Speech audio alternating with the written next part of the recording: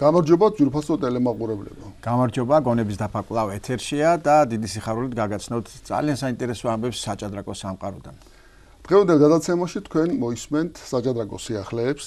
გვეყოლება ძალიან საინტერესო სტუმარი, ქართველ მამაკაცთა ჭადრაკის ერთ-ერთი ღირსეული წარმომადგენელი ზურაბ სტურუა, რომელიც საქართველოს ხუთგზის ჩემპიონის იშვიათი შედეგი არის, სხვათა შორის და მაყურებელს შევახსენებ, რომ ზუსტად ახლახან ბაადურ ჯობავამ მეხუთედ მოიპოვა საქართველოს ჩემპიონობა. აი ზურაბ სტურუა არის ამით გამორჩეული, რომ ის ასეთი მრავალგზის გამარჯვებულია საქართველოს ასე თქვა ვაჟთა შორის ჩემპიონატში.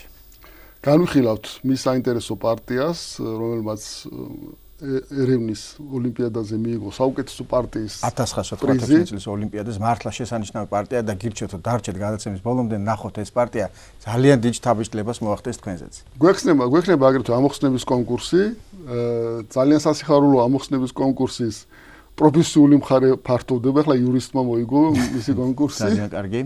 და სხვათა შორის მაქვს იდეა, გოგა. მე ვფიქრობ, რომ როდესაც ამოხსნების კონკურსის მონაწილეები შეგროვდებიან, შემდეგ ჩაუტაროთ მათ საინტერესო ღონისძიება. ეს იქნება ფაზლების ამოხსნა, ეს იქნება ბლის ტურნირი, ასე რომ საინტერესო პრიზები. არაჩვეულებრივი, ასე ვთქვათ, გეგმა არის და ეს ყველაფერი მოხდება კლუბ 64 საქართველოში.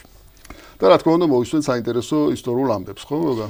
კი, ჩვენ გავაგრძელებთ აუცილებლად ოლიმპიადებზე ქართველთა მონაწილეობის შესახებ თხრობას, იცით, რომ წლევანდელი წელი არის საჭადრაკო ოლიმპიადის წელი და აი ამ ისტორიებს სწორედ აი ამ ოლიმპიადის ღონისძიებას უძღვნით. კარგი, მოდი სიახლეებზე ვისაუბროთ. აბა რა სიახლეები გვაქვს ჭადრაკში? დიდი სიამოვნებით. პირველ რიგში დიდი სიამოვნებით ვინდა ვთქვა, რომ ნანა ძაგნიძემ წარმატებით იასპარეზა უზბეკეთის ქალაქ ბუხარაში ქალთა დახურულ ტურნირზე, სადაც 10 ქალი მიწვეული 10 ქალი იღებდა მასში მონაწილეობას.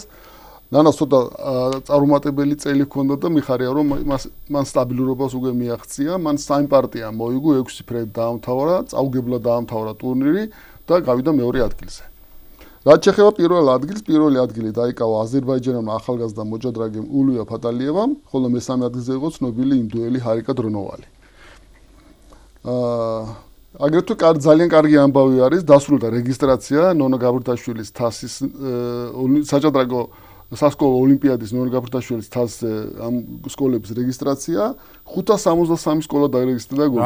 563 მეგონი სარეკორდო მაჩვენებელი. რაც ნიშნავს, რომ ჩემპიონატში 2252 მოსწავლე მიიღებს მონაწილეობას, რადგანაც გუნდში 4 მოჭადრაკე არის. და კაპიტნები როგორ შთამბეჭდავია? სკოლის მასწავლებლები, ჭადრაკის მასწავლებლები იქნებიან გუნდის კაპიტნები და ასე რომ ძალიან მალე დაიწყება ეს ოლიმპიადა, დაიწყება რაიონული, შემდეგ რეგიონული და ფინალი კლასიკურ გიმნაზიაში. ხშირად შენი პროგნოზები ხშირად მართლდება ხოლმე და აი ახლა რა პროგნოზი გაქვს, მოდი წინასწარ აი ამ სიტუაციით.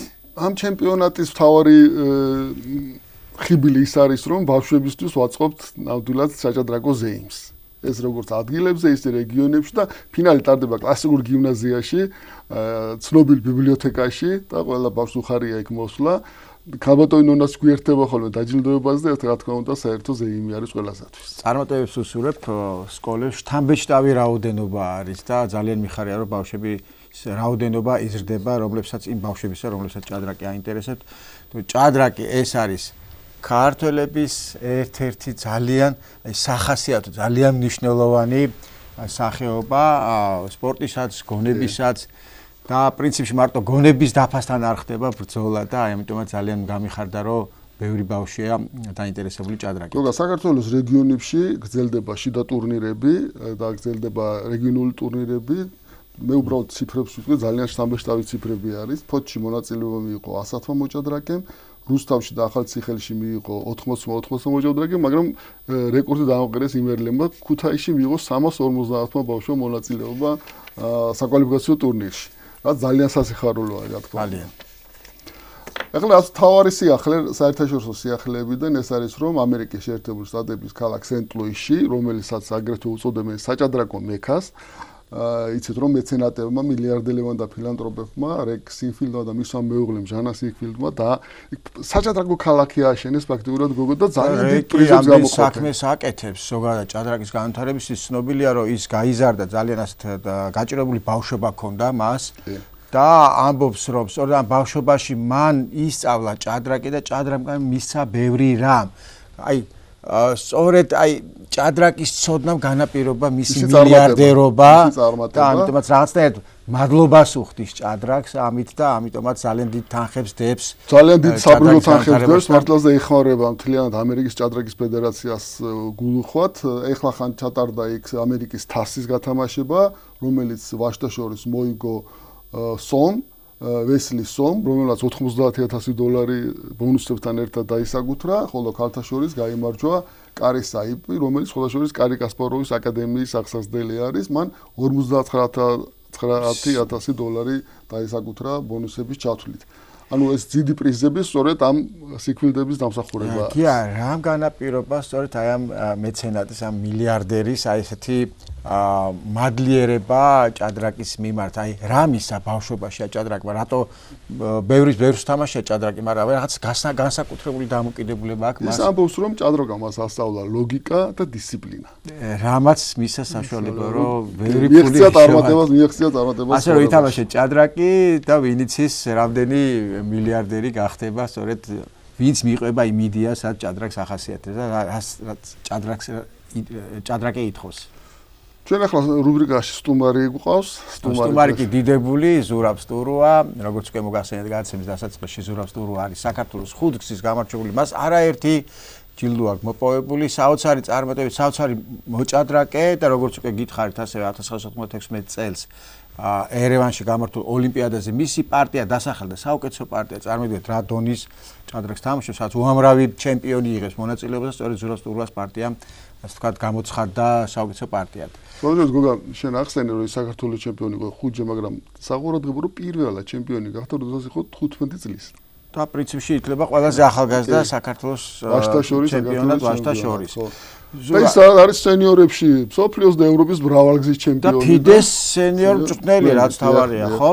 მოусმინოთ ზურაბ სტურუას და ბარემ ძალიან საინტერესო ინტერვიუ შედგა მასთან და მე ვფიქრობ ჩვენი მაყურებლებსაც დაინტერესებს. მე თქვენთან ერთად მოусმინე ზურაბ სტურუას.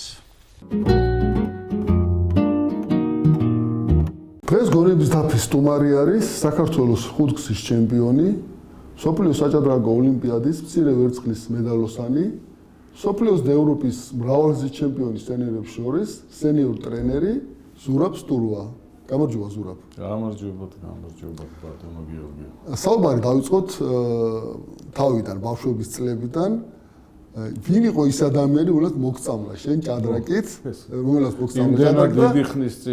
როგორ მიხვედი პირველ რიგში საქართველოს ჩემპიონობამდე 15 წლის ასაკში და მე 1966 წელს კიდევ საბჭოთა კავშირის ჩემპიონობამდე 18 წლამდე ახალგაზრდებს შორის და გაასწრით გარი კასპაროვს. საკმაოდ გვიან დავიწყე დღევანდელი იმით საზომით რო ის ვთქვათ, სადღაც 10 წლის ასაკში მივედი ჭადრაკის წრეში. და ეხლა დღეს 10 წლის ბავშვებს რო შეხედო, უკვე საერთაშორისო ოსტატები ხდებიან და უკვე თითქმის დიდ ოსტატის დონეზე გადიან და ეს მაგრამ მაშინ ესეთი დრო იყო, რომ ყველაფერი თითქოს შენელებული ტემპით მიმდინარეობდა დღევანდელთან შედარებით და ეს იქ მოხდი ისე, რომ სხვა იმებში ვერ მოხდი, სხვა უფრო სპორტში, ფეხბურთში, კალათბურთში გაიმით, რა ქვია, ფიზიკური იმის გამო ვერ მოხდი, რა თქმა მონაცემების გამო, ფეხბურთშიც ეხლა იმდენი სირბილი არ მიყვარდა ისე და ასე შემდეგ და ერთი ის იყო, რომ ეს ჩემ ცხონებულ ბაბუა ჩემ მასწავლა მე ჭადრაკის თამაში, როცა ვიყავი სადღაც 6-7 წლის ასაკში ეთყობა სპარინგ პარტნიორი ჭირდებოდა და მე მეთამაშებოდა, მიგებდა და ძალიან უხაროდა და მე როგორც გავარკვიეს, ბაბუა ჩემი ყოფილა საქართველოს მეორე თუ მესამე ჩემპიონატის მონაწილე. დიდებში. დიდებში. ნუ ეხლა მას 20-იან წლებში, იმიტომ რომ თვითონ იყო 1895 თუ 16 წელს დაავადებული ეხლა.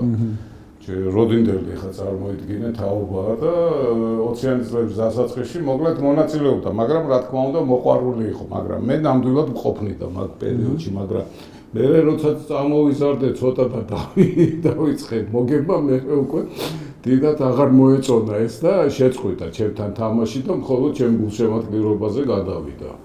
ხო, ნუ და მივედით ესე იგი 79 წელს ხო, მიმიყვანეს მასში, რა ქვია, კაი განთიადის კლუბი იყო, შენ გემახსოვრება ეგ. მაშინდელი პლეხანოვის, ეხლა აღმაშენებლის იმაზე. გამზირი 95, იქ იყო კლუბი, იყო ძალიან კარგი ადამიანი, ძალიან კარგი პიროვნება, ეს ოტარ ალხანიშვილი. კაცი, რომელმაც საკმაოდ დიდი როლი ითამაშა მართლა, რომ ეს ჭადრაკი შემყარებოდა და რაღაცა ისეთი შეიძლება თვითონ როგორც ისეთი პრაქტიკული მოჭადრაკე და ის არ იყო ისეთი ოსტატ იყო მე მგონი ძველი პირველთარი მაშინ პირველ კატეგორნიკს ეძახდნენ და ნუ ეს საკმაოდ ისეთი ნორმალური ის იყო და მაგრამ ეს რა ქვია მთავარი ფუნქცია იყო მისი რომ მაინც აი ეს მოეზიდა ეს ხალხი ესეთი ნიჭიერი ბავშვები და მათგან რაღაცა ის შეეყვარებინა და გამოსულიყო რაღაცა. ეს ქონდათ ამის რაღაცაც განსაკუთრებული უნარი, ხო? აღმოეჩინათ. კი, შენ შვენივრად გეხსოვნება, შენ ჩირაძესთან იყო, ხო? ისიც ახლა თვითონ როგორც პრაქტიკოსი შეიძლება ისეთი ის არისო, მაგრამ აი სხვა პლუსები ქონდათ, რომელიც აუცილებელია აბსოლუტურად იმისთვის, რომ ბავშვებმა შეიყვარონ ეს საქმე და შემდეგ მათგან რაღაცა გამოვიდეს. საბჭოთა პირველობაზეც გითხარი. ნუ საბჭოთა კავშირის პირველობა ეს 76 წელს იყო, მაშინ როცა აი გარი კასპაროვი გამოჩნდა არენაზე, პრინციპში მაშინ იყო 13 წლის არც იყო, მე მგონი, მაგრამ უკვე ჩანდა რომ რაღაც დიდი ტალანტი მოდიოდა და მე და მან გავიყავით ეს პირველ-მეორე ადგილი აქ თბილისში იყო. ძალიან ძლიერი ისეთი შემადგენლობით, იმ შემადგენლობიდან მე რამდენი ნუ მე მგონი ნახევარი დიდოსტატები გახდნენ და ბევრი პრეტენდენტთა ტურნირებში და იმეებში გავიდნენ და სადღაც საჭადრაკო ოლიმპთან ახლოს ტრიალებდნენ ბევრი მონაწილეები. გოგონებში მაიაჩი ბურდანიძემ გაიმარჯვა მაგალითად. ანუ მაშინ თავმოყრილი იყო ესეთი ხალხი, რომელიც დღევანდელ ალბათ მსოფლიო პირველობას არაფრით არ ჩამოუვარდება იგივე კატეგორია. ხო, მეტი თუ ნუ მაშინდელი იმით, რა თქმა უნდა, მაშინდელი საზომით ესია და ეხლა დღევანდელზე გადმოყვანა ძალიან ჭირს, იმიტომ რომ ეხლა 76 წლიდან ზუსტად 50 წელი გავიდა ჩემო გიორგი და ეხლა ნახევარი უკვე წლებით კი აღარ არამედ საუკუნეებით, უკვე ნახევარი საუკუნე. მაგრამ ეს ალბათ ყველაზე დასამახსოვრებელი. ხო, რა თქმა უნდა, ეს იმიტომ რომ მე მახსოვს ბოლო ტური რომ გადაჭედილი ეს ჭადრაკის სასახლე ეს დარბაზი, რომელიც მაყურებლებს ვერ იტევდა და შენც მშვენივრად გემახსოვრება ის რომ გვერდზე ის იწეოდა ის რა ქვია ისეთი მოძრავი კედლები ქონდა და ხალხი ეს მთელი არმია მოაწყდებოდა ხოლმე და იქ მასზე იჯდნენ კიბეებზე, ნუ მოკლედ. ისეთი ის იყო რა, საჭადრაკო ის იყო რა, ციებ-ცხელებასავით მაშინ. სულ რა, მოდი ვისაუბროთ მინდა მსოფლიო საჭადრაკო ოლიმპიადებზე. მე შესავალში ვთქვი რომ შენ დაფაზე ვერცხლის მედალოსანი, მაგრამ მიიღე 10 წლის განმავლობაში თამაშობდი საქართველოს სახელით, 6 ოლიმპიადაზე მიიღე მონაწილეობა. ნუ ხუჯელ ერთად ვითამაშეთ. და სწორედ მინდა ეს კითხო რა. გვერდიგვერდ. აი ჩვენ რომ თამაშობდით ოლიმპიადებზე, ნუ 10-ში ხო სულ ხვდებოდით ფაქტიურად, ხო ამის საკითხი არ იდგა, მაგრამ სულ ახლოს ვიყავით მედალთან და სულ და ყოველთვის რაღაცა ხელიდან გვეცლებოდა. სულ და აი რა ხდება? დღემდე ეს რა თქმა უნდა ისეთ მოუშუშებელი მასავითაა, იარასავით, იმიტომ რომ ესე იგი ჩვენ 6 ჯერ ვითამაშე მე 92-დან 2002-მდე, ხო 5 ჯერ ერთად ვითამაშეთ, პირველად მანილაში. ესე იგი მე გახსოვს დებრეცენშიც უკვე წელგამორთულები წავედით, უკვე იქ არავით არის ისეთი არ ყოფილა ისეთი. არა, ყოველთვის ჩვენ ყოველთვის ვიყავით ანგარიშგასაწევი ძალა. რა თქმა უნდა, ჩვენ ესე პირველ ათეულში აგვიღია მე-4-ც, მე-5-ც, ყველა აგვიღია სამეულის გარდა და სამეულზე ორჯერ ვიყავით, აი ისე რომ ერთი ხელის გაწუდენა იყო საჭირო, გახსოვს ეს ბლეჩი. ხო, არ ბლეჩი შენ აღარ იყავი 2002-ში, აი ბლეჩი იყო იგა და იყო იმაში. ერევანში იყო 96-ში. ხო, ბოლო ტური ფაქტიურად ბოლო ტური ამერიკასთან გავდივდით მესამეზე. ხო, მოგიგებდით მას და აი ესე დამთავრდა იმათ, მაგრამ ნუ რასიზავ, ეხლა დღევანდელი იმიდან რომ გადახედო, ხო? დღევანდელი გადასახედიდან ეხლა ათეული, ეხლა უკვე ისეთი იმათ ჩანს. ხო, ნუ მაგრამ ალბათ კონკურენციაც გაიზარდა და რა თქმა უნდა, ეგ არის რომ სოფლიოში ხო, სხვები მოდიან. აშკარად მოდიან სხვა ქვეყნები ძლიერდებიან, ეგ ინტერესია, ეგ თანხებია, თუმცა ახლა ვერ ვიტყვი საქართველოშიც ეს ფედერაციაც ის ყველაფერი გამართულად ისე მუშაობს. შენ სამწვრთნელო კარიერაზეც მინდა შევეხო. ფაქტიურად ეს ერთ-ერთი მნიშვნელოვანი ეტაპი არის შენი საჯადარგო ცხოვრების. დავიწყოთ ნანა ძაგნიძით, ქალთა ნაკრებით, ვაჟთა ნაკრებით, ახალგაზრდებით, ახლა სხვათა შორის ბოლო წარმატება იყო ლუკა კილაძის, რომელმაც სულ ბოლო აი ისა მუშაობა დავიწყე 2 თვის წინ, საკმაოდ ის გონება გახსნილ ბავშვთან, ლუკა ხვედელიძესთან და ლუკა კუნთელიასთან. ანუ ლუკების მთელი ის კოლექცია მაქვს. კუნთელი ახლა გახდა ჩემპიონი. უკვე და ლუკა ხო აი ამ 2 თვის მუშაობის შემდეგ, ნუ ახლა მე რა თქმა უნდა ძალიან ჩემ თავზე ნამდვილად ვერ მივიძერ, მაგრამ რაღაცა გარკვეული ის უკვე მიმართულება და ის ჩანს, რომ ამ ბავშვმა ძალიან კარგად იასპარეზა და 15 წლამდე ჩემპიონი გახდა თან ყველა კონკურენტებთან და იმებთან ძალიან ღირსეულად და ეჭვის ქვეშ არ დაუყენებია არც ერთი წუთით წარმატება ამ ტურნირში. ასე რომ იმედი მაქვს, რომ ეს გაგრძელდება შემდგომში და საკმაოდ წარმატებებს გამოიღებს და რაც შეეხება ახლა სამწვრთნელოს შენ ძაგნიძე დაიწყე, მაგრამ მე ჯერ კიდე როცა საკმაოდ მომქმედი და ჯერ კიდე საკმაოდ ახალგაზრდა ის ვიყავი, საერთაშორისო ოსტატი ჯერ კიდე, მაშინ დიდ ოსტატიც არ ვიყავი, უკვე მქონდა ამის გამოცდილება 84 წელს მაია ჩიბურდანიძეს ვეხმარებოდი მატჩისთვის მზადებაში ლევიტინასთან, ეგ იყო ამენ 1-2 თვე მუშაობდი სპორტ ისა შეკრებებზეც ისედაც ინდივიდუალურად ისა ანუ მე საკუთარ მეუღლეს, რომელიც ასევე საკმაოდ ცნობილი მოჭადრაკე, ძალიან ცნობილი მოჭადრაკე იყო და ასე რომ ისა რა ქვია, ეს გინდა თუ არა ამ იმაში მოხვედრილი ვარ ძალიან ესეთი ადრეული პერიოდიდან. ნუ მე რაღაცა პერიოდი უფრო ჩემმა ტურნირებმა გადაძალა და უკვე თვითონი და მე უკვე როცა უკვე ცოტა პენსიისკენ წავედი, მაშინ დავიწყე ჩემო გიორგი უფრო აქტიურად. იმიტომ რომ რაც უფრო შენ თვითონ უკლებ თამაშს, ხო? პრაქტიკულად უფრო მეტი დრო და ენერგია გრჩება უკვე დანარჩენი საქმიანობისთვის, ასე რომ ეს ყველაფერ დროს მოაქვს თავისი ობიექტური ქმედებები. სულ როგორც წუთელის მინდა კითხო ბოლო წლების აზიაში განვითარებული მოვლენები. ნუ აზიური ჭადრაკის იზრდება და იზრდება, ხო? ჩინეთი, ინდოეთი, ყაზახეთი, უზბეკეთი, რა ვიცი, ირანის, ყველანი ესენი ხო რაშია საქმე? არა, საქმე ჩემი აზრით ძალიან რას დიაგნოზ დაუსვამს. ძალიან ეული ასახსნელია იმდენად, რამდენადაც აი ამ ქვეყნების წარმოადგენა ხა ვინ შეთქვი, ხო? აი ჩინელები, ინდოელები, ირანელები. იმიტომ რომ ბავშვებში მიდის აი ეს ვიწრო პროფესიონალიზაციის გზა ძალიან ადრეული ასაკიდან.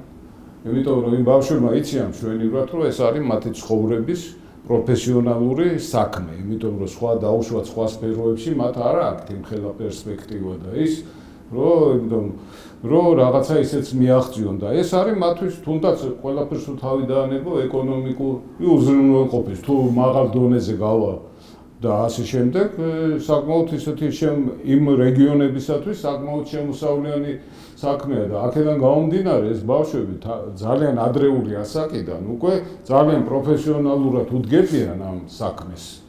ძალიან ადრეული, ანუ ეს გათავისებულია თავის იმაში. ეხლა ქართველი ბავშვები, რა თქმა უნდა, ნიჭით და ტალანტით არ ჩამოვარდებიან თუ არ ჯობიან ნებისმიერ, იმიტომ საერთოდ ქართველი როგორც ასეთი ნიჭიერი ის არის. ერია ქართველების ერი, მაგრამ არის ისეთი მინუსი, რომ პრინციპში ქართველებს ესეც უნდათ, ისიც უნდათ და ეს ეხლა დღევანდელი ხო და დღევანდელი ჭადრაკი ეს არის საკმაოდ მძიმე სამუშაოა. იმიტომ რომ შენ რო ვიღაცას გონებით დაჩაგვრაზე მიდის პრინციპში ეხლა პრიმიტიულად რო ვთქვათ, ხო? რაც უფრო შეიძლება ძნელი იყოს, ვიდრე ფიზიკურად დაჩაგვროს ადამიანმა ვიღაც სხვა. ხო, აქედან გამომდინარე, ხო და აქ შე თუ აი მასავით რა არის შრომე, ხო?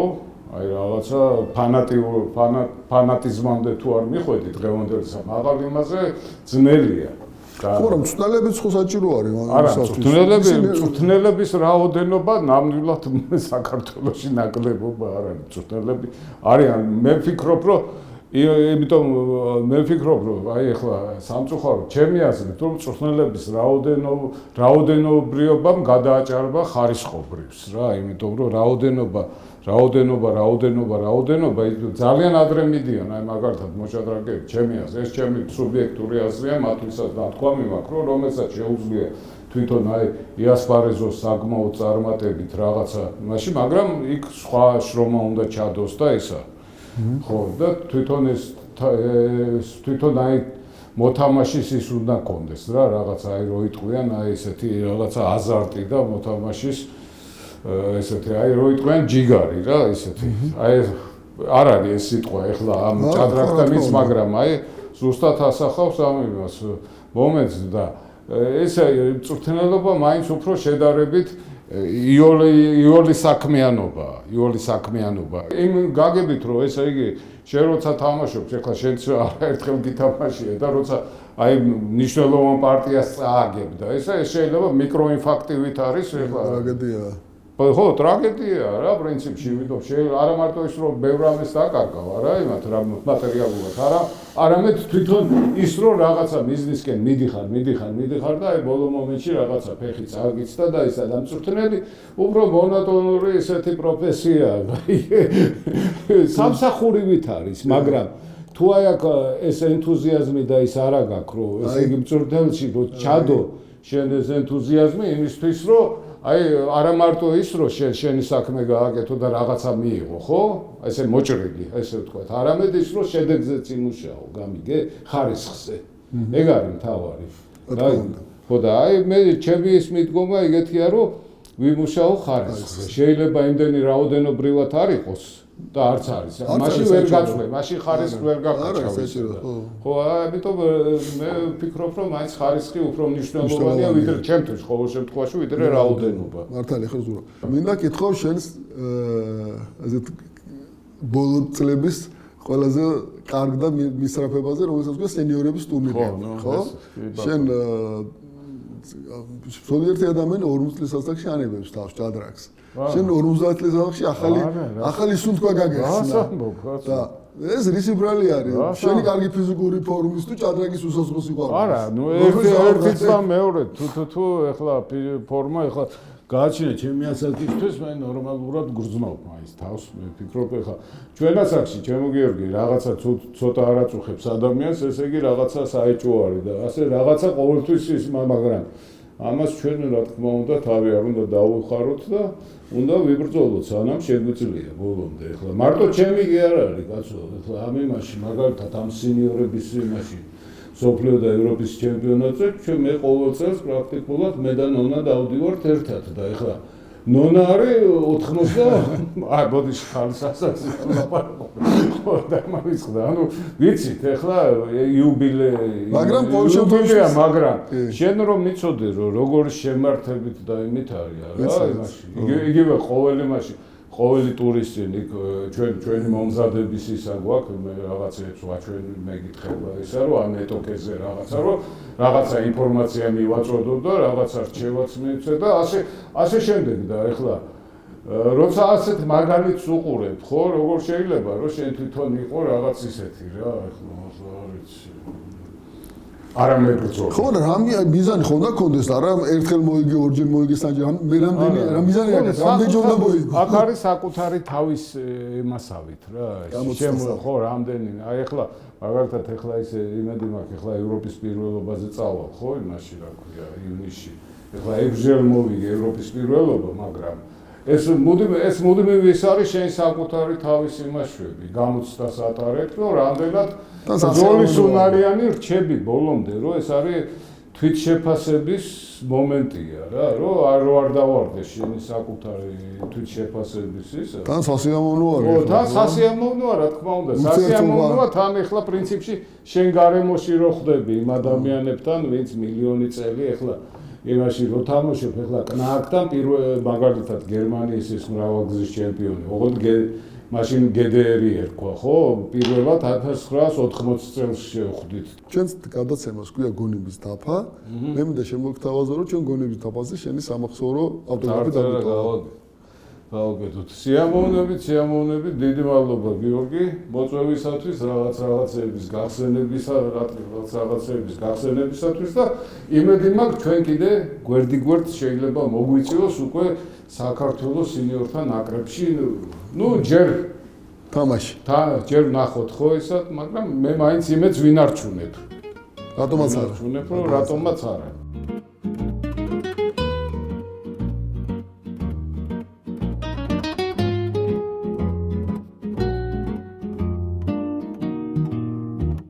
გია როგორც მოსალოდნელი იყო ინტერვიუ ძალიან საინტერესო გამოვიდა იმედი მაქვს რომ მაყურებელმაც ისიამოვნა ზურაბ სტურუასთან ინტერვიუთი და მადლობა რომ ასე ვთქვათ ასე ახლოდან გაგვაცანი კიდევ ერთხელ ასე ვთქვათ ეს დიდებული მოჭადრაკე. კი, ზურას ეკუთვნის, იმიტომ რომ ის მამაკაცთა ჭადრაკში ერთ-ერთი წარმატებული მოჭადრაკეა და ამავე დროს არის ძალიან კარგი წარმატებული მწვრთნელი. ახლა კი მოდი დაპირების სამებს შევთავაზოთ მაყურებელს სწორედ ის პარტია, რომელიც მან ითამაშა ერევნის ოლიმპიადაზე და საუკეთესო პარტია დასახელდა. მე ახლა მინდა წარმოგიდგინოთ ზურაბ სტურუას ძალიან კარგი მიღწევა მსოფლიო საჭადრაკო ოლიმპიადაზე. ის ეთამაშება კუტიროვს საქართველოს მაკედონიის მატჩი არის 1996 წელი ერევანი. სხვათა შორის ამ პარტიამ მიიღო საუკეთესო ტურნირის საუკეთესო პრიზის ტიტული და ეს რა თქმა უნდა ძალიან დიდი მიღწევა იყო ჩვენი მოჭადრაკისათვის. გათამაშდა კაროკანის დასვა ზურაბ სტურუარის თეთრებით. ზურაბ სტურუამ აირჩია C4 ვარიანტი, გასვლის შემდეგ აირჩია C4 ვარიანტი, რომელსაც პანოვის ვარიანტი ჰქვია. და ეს გამოდის ტიპიური პოზიციები, რომელიც დამახასიათებელია როგორც ამ ვარიანტისათვის, ასევე ლაზიერის გამბიტისათვის. სტრატეგია შემდეგი არის აქ: თეთრები გამიზნულად მიდიან იზოლირებულ პაიკზე.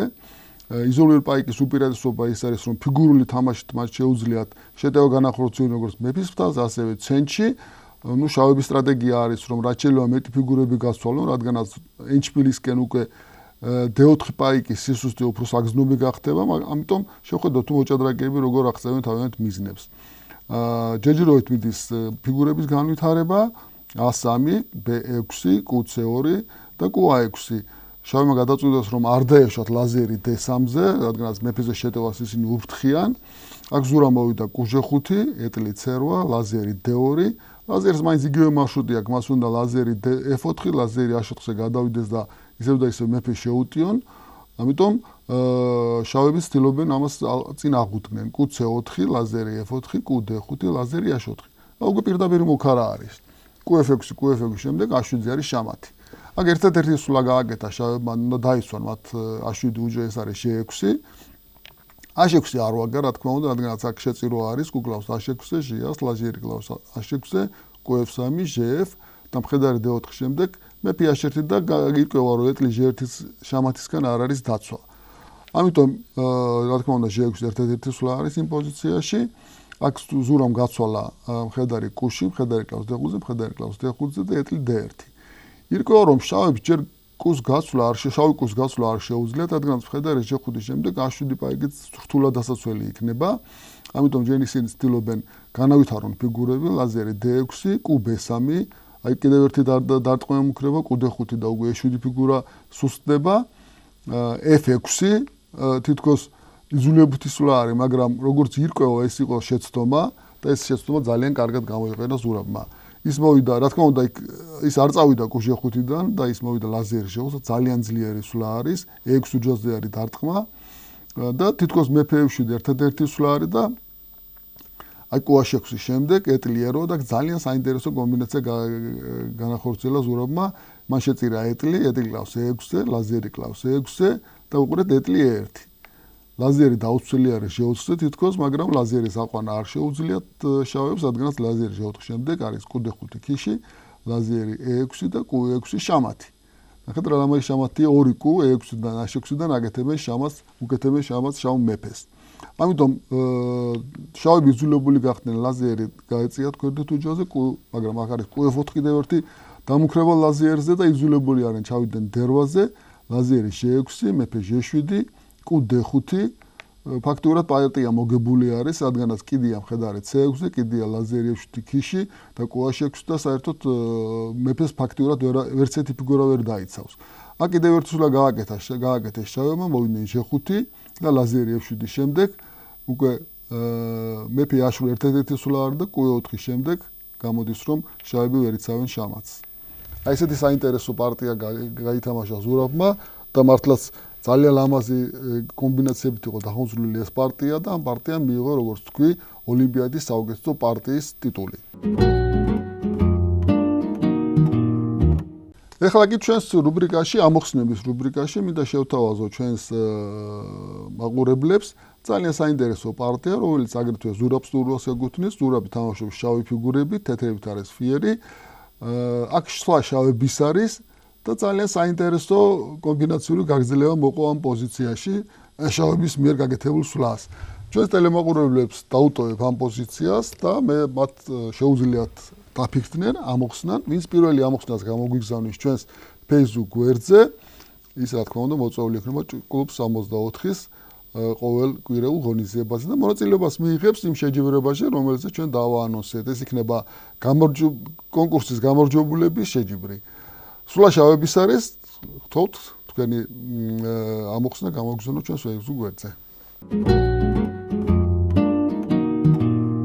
კია, დიდი მადლობა ამ ასე ვთქვათ საინტერესო ამოცანისთვისაც. ახლა კი ჩვენს რუბრიკაში არის ისტორიის დრო და ისტორიას ვაგრძელებთ საჭადრაკო ოლიმპიადით და ქალთა ნაკრებით, რომელიც აგრძელებს ტრიუმფალურ სვლას საჭადრაკო ოლიმპიადებზე. ჩვენ ახლა შევეხებით 1982 წლის ოლიმპიადას, რომელიც ქალაქ ლუცერნში, შვეიცარიაში ჩატარდა და კვლავ საბჭოთა ქალთა ნაკრებს ქართველი მოჭადრაკეები წარმოადგენდნენ, ნანა იოსელიანი, ნონა გაფრინდაშვილი, მაია ჩიბურდაინძე და ნანა ალექსანდრია. ესე იგი, ჩვენმა მოჭადრაკეებმა წინდა ოლიმპიადისგან, მე-9 ოლიმპიადისგან განსხვავებით, მე-10 ოლიმპიადაზე უკვე სამხულიანი უპირატესობა დამაჯერებლად მოიპოვეს და ვადაზე ადრეც კი გახდნენ ჩემპიონები, ასე რომ ქართულ ქალთა ასპარეზობა ოლიმპიადაზე კვლავ ტრიუმფით გრძელდება. შემდეგი ოლიმპიადა კვლავ მე ვიტყვი რომ ამის კადრები არსებობს და ჩვენ შევთავაზებთ რა თქმა უნდა ჩვენს მაყურებლებს დაჯილდოების ცერემონიას, როგორ მთელი დარბაზი ფეხზე ამდვარი უკრავდა ტაში ჩვენს ქალბატონებს. ეს ფოტო არსებობს ისტორიული ფოტო 4 ჩემპიონის ფოტო. მე-11 ოლიმპიადა 1984 წელს კვლავ ევროპაში, ამჯერად საბერძნეთის ქალაქ სალონიკში გაიმართა და აქ ასევე დამაჯერებლად გაიმარჯვა საბჭოთა ქალთა ნაკრებმა ქართველი ქალების მონაწილეობით, ასე რომ ჩვენი მოჭადრაკეები აგრძელებენ ტრიუმფით სვლას, ხოლო მე-12 ოლიმპიადა დუბაიში გაიმართა, რა მოხდა დუბაიში 1986 წელს, ამას კი მომდევნო გადაცემაში შემოგთავაზებთ გონების დაფა.